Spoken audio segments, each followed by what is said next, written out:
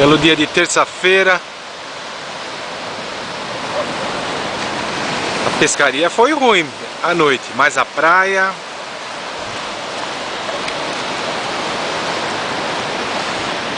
E a Praia Branca. Atravessando de Bertioga pro lado do Guarujá. Uma trilha aí por cima desse morro aí, ó. Uns 3, 4 quilômetros mais ou menos. Bem legal. Vale a pena conhecer.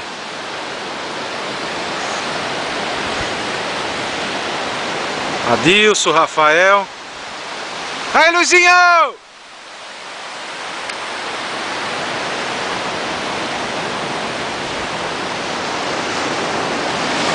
Rafael sentado.